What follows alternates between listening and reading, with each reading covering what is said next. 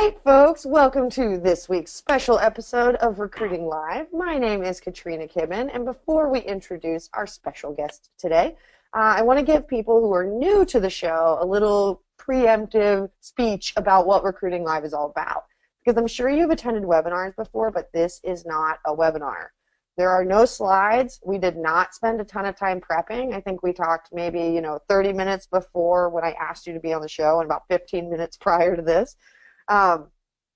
So Recruiting Live is about answering your questions. So if you have a snarky comment, if you have a question, or you want to call Mikey out on anything, don't hesitate. There's a chat window on your control panel that'll let you shoot a message directly to us. If you want to shoot me a hello, let me know that you're here. Feel free. Just give it a test. And feel free to use that as your live stream commentary. Pretend you're sitting in the room with us talking data. Because that is the reason why I asked Mikey to be on the show, because he made me think twice about a lot of the metrics that I hear everyone talking about. But before we dive right in, I would love if, Mikey, maybe you can tell people a little bit about you, where you work, nice logo on the shirt, and just tell people a little bit about your background. Well, I've been with Manpower Group now almost 17 years.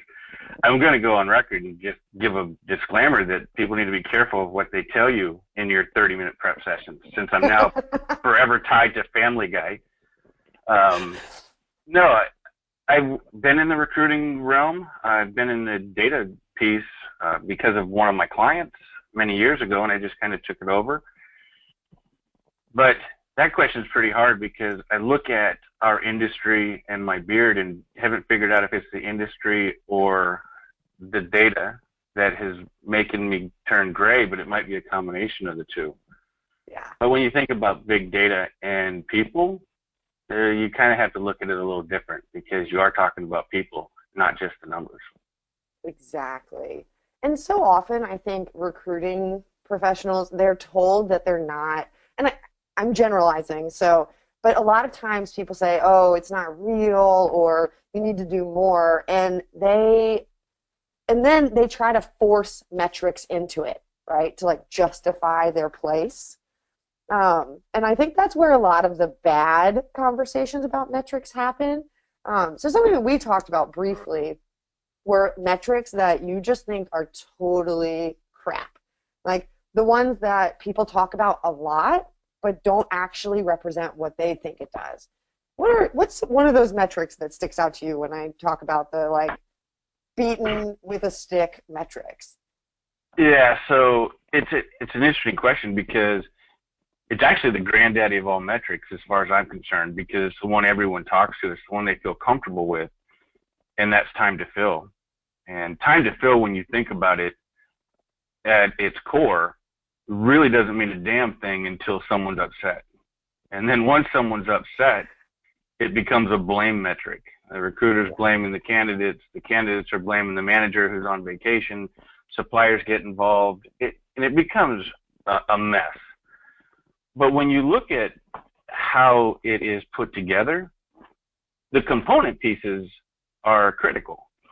The problem is we don't measure, a lot of times, the right component pieces. And if you only focus on time to fill and you focus on the actual number, that number means nothing.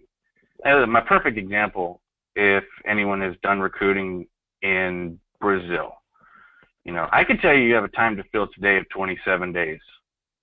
In 27 days in Brazil, you'll be lucky to get a rec approved. So what does that mean? And therefore, the metric itself, as it's being measured or compared against something else, means nothing.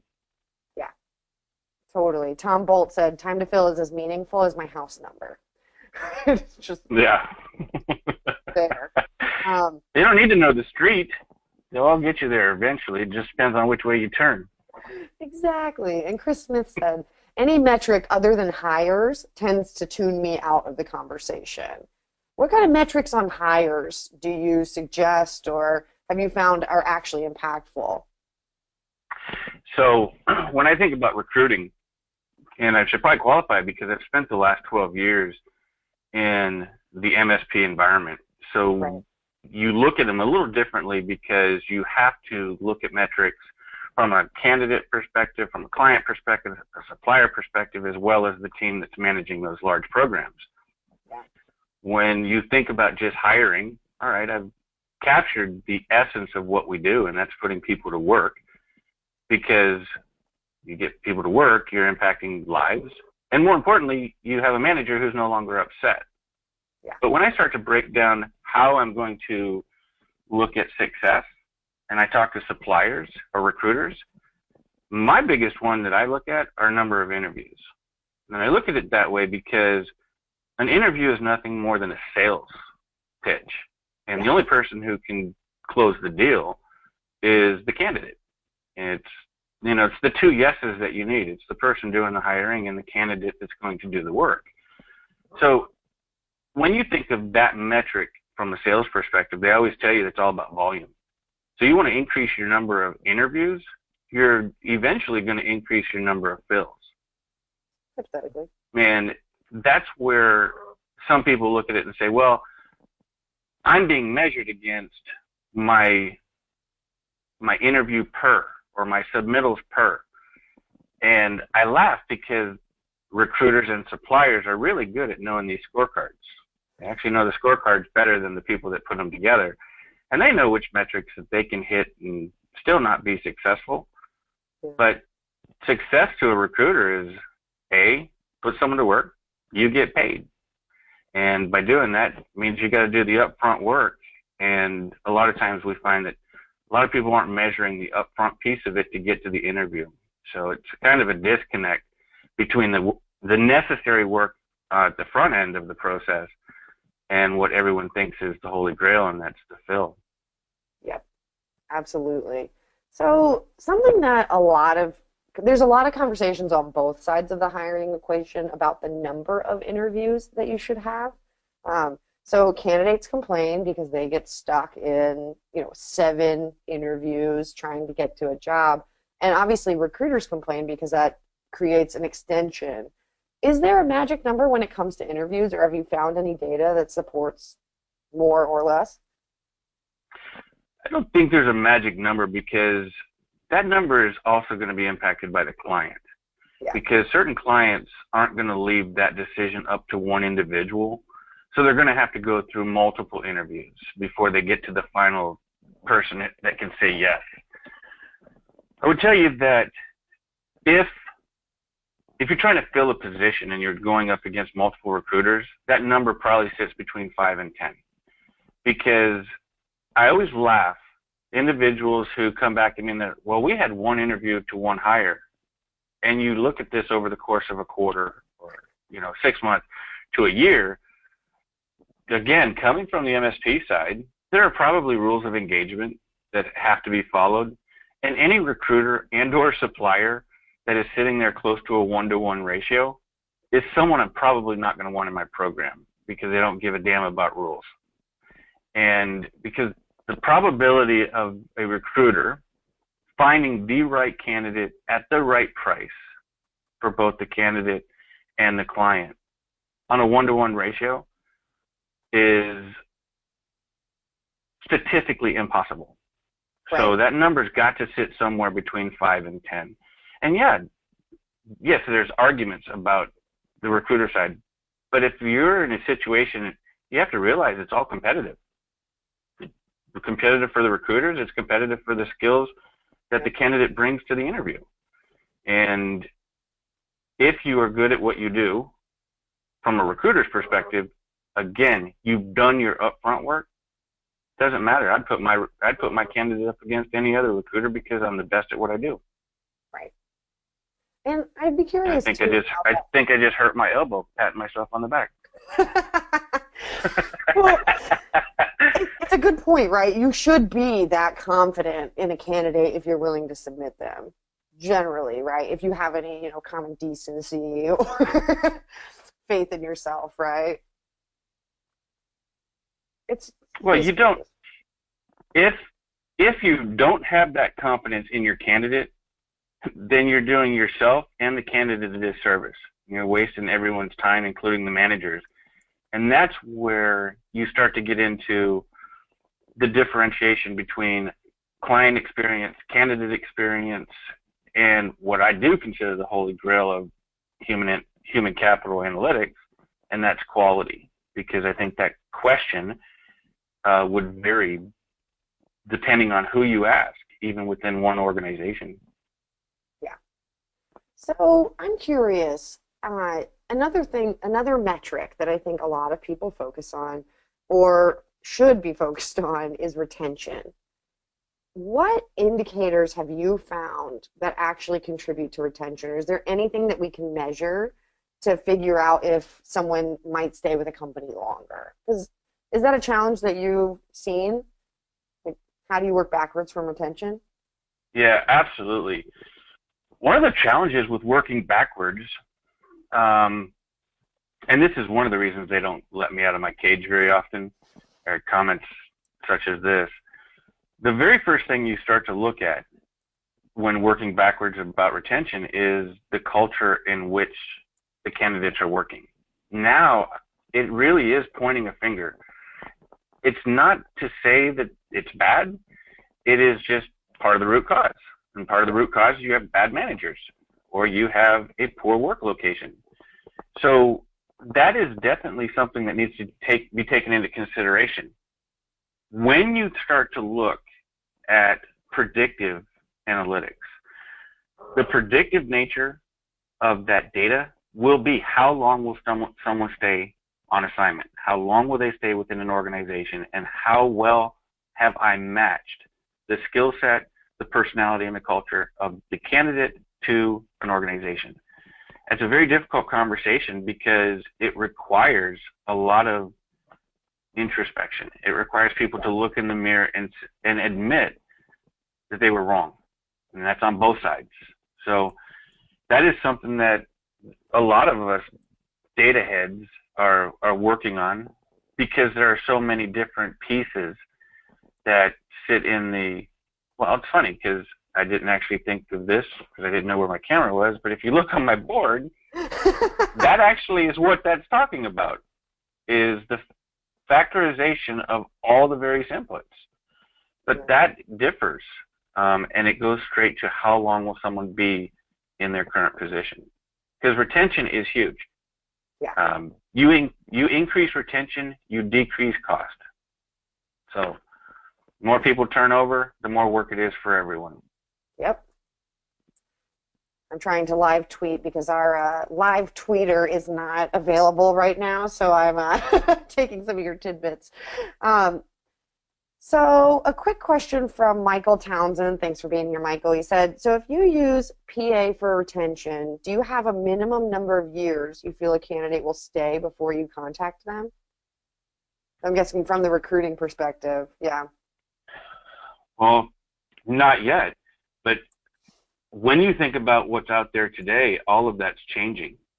It used to be when someone my age went to work somewhere, they were looking at the 15 to 20 year mark, and they were going to call it a career and move on to another role. When you look at my children, I'm ecstatic if they've maintained a particular job for 2 years. So there is a lot to be said for the cultural shift right now of our candidates. So I don't think we have that answer yet, Michael, but it is definitely something that we're looking at. So what do you think is a metric that no one is talking about that you think is critical to understanding recruiting? A metric that nobody's talking about. I had the conversation with a number of suppliers, and I don't know if we'd put a name on it yet, but when they look at how they measure the activity of their employees and their recruiters, nobody measured anything prior to. How are they getting them? It's kind of like a salesperson. How many people am I calling? How many people am I looking for? How am I reaching out to them? Where are they coming from? Which ones are working? And that's not to say that it's not being done. Yeah. But when we talk to our clients, it is not a metric that's sexy. No one really cares because, as you were talking earlier, everyone thinks that the sexy ones are fills, interviews, the submittal ratios, the ones that we're being measured on for success. Right.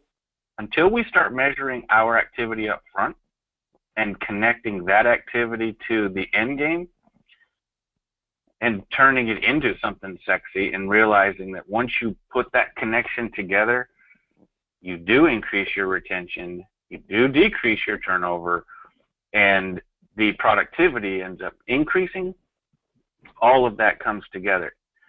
So a long-winded answer to say we as an industry need to quit looking at a metric or metrics. It's not until we start to combine metrics in various ways that they become meaningful. And I know this is going to hurt some feelings. There's a lot of people out there that say they're using algorithms and they got some really cool analytics. Just because you put the plus sign or an equal sign inside of an Excel square does not make it an algorithm. It's a formula. So let's start to really redefine how we are using the data that's at our disposal. And it's tough because I always say this industry is unique. When you start talking about recruiting and putting people to work, it's the only industry on the planet that deals with an inventory of which I don't care how smart us data geeks are, we'll never be able to figure out how to read someone's mind. Truth. All of our candidates and every piece of quote-unquote inventory that we touch has free will. And how we handle that and measure it is practically impossible. So. Yep. Totally. And we have a few comments coming in from Alan Fleur. Thanks for being here, buddy. He said, but to some degree, source of candidates is always a moving target because it changes. Do you find that fluidity in source, or is it a matter of kind of refining to find the right source? Right. Yeah, well, that's an excellent point, but I could say that about a lot of the metrics. They're all fluid, and it's not a matter of just putting something together and saying this is the way it's going to be. We should be looking at our processes, how we're measuring our processes, where we're gathering our data all the time, and refining how and what it means.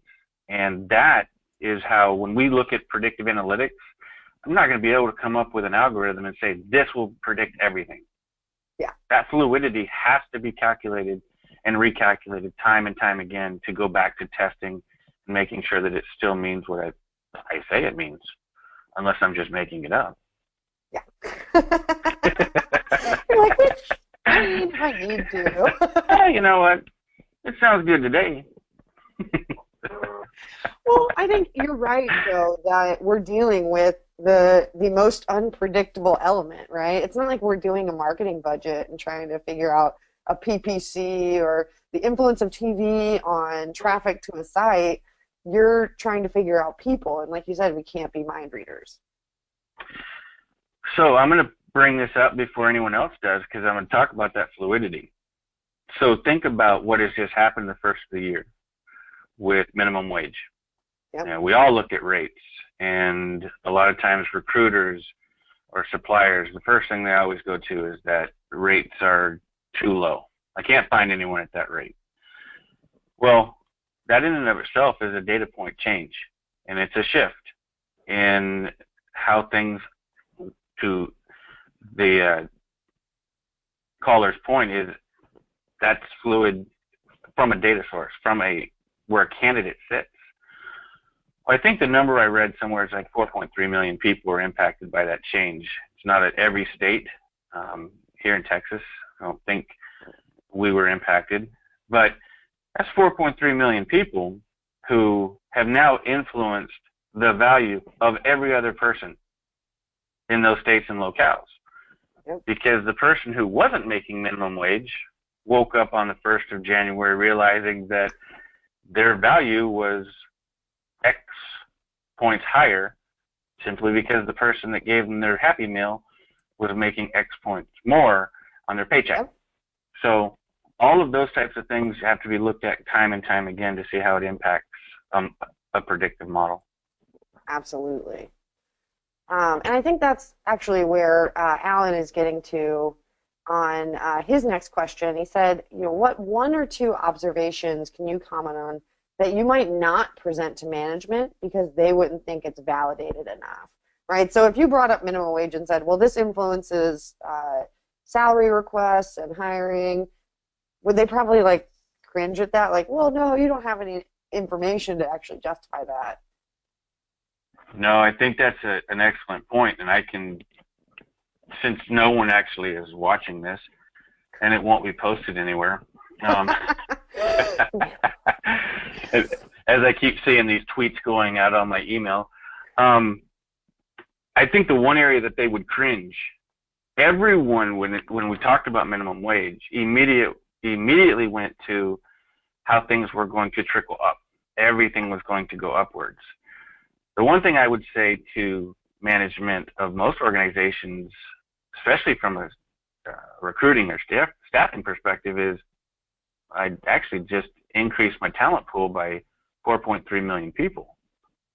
Why? Because now I've impacted all manufacturing, all of those jobs that most recruiters don't find to be sexy. Guess what?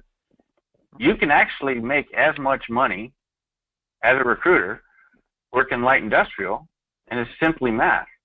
I can keep my margin the same, but the multiplier effect, it's just not as sexy to say that I put someone to work, running a lathe, as it is to say that I put a database administrator to work at some big company.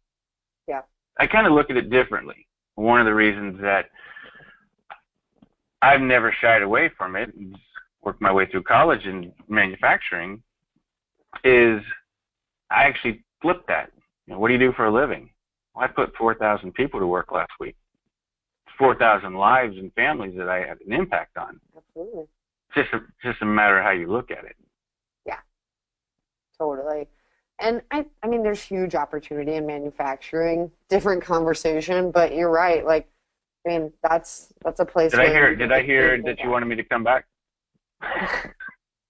Of course.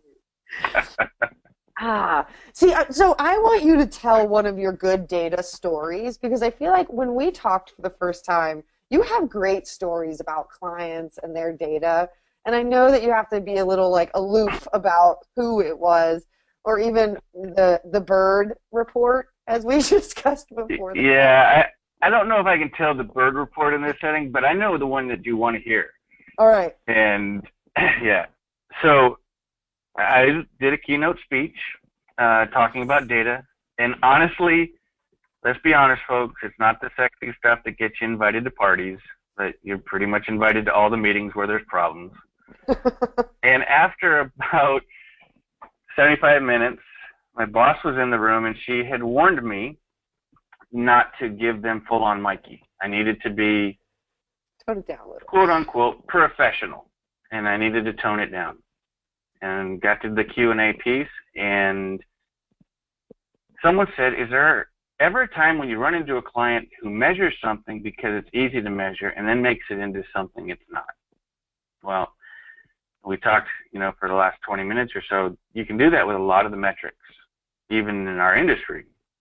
And I stopped and I qualified it by saying this.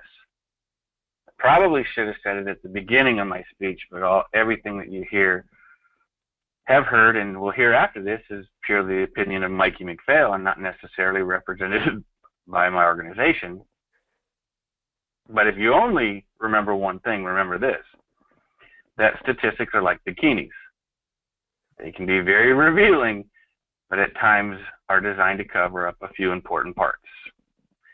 And that actually was my introduction into Twitter, because I did not know where to retweet was until that comment was retweeted 63 times. And my phone blew up from corporate. So yeah, when you think of data, you're going to run across, even within your own organizations, where metrics are being used in different ways, because it either provides you validation or value for why you're there, or you use it to defend against someone's questioning of your own value. But I think until we get to a standardization across the industry and one metric means something to everyone, that's going to be something that we contend time and time again, day in, day out. Yeah, absolutely. That's what I do. And everybody go ahead and tweet that so we can share. so my corporate marketing department can blow me up again. A lot of great feedback here. Alan was like, I'm a wannabe geek.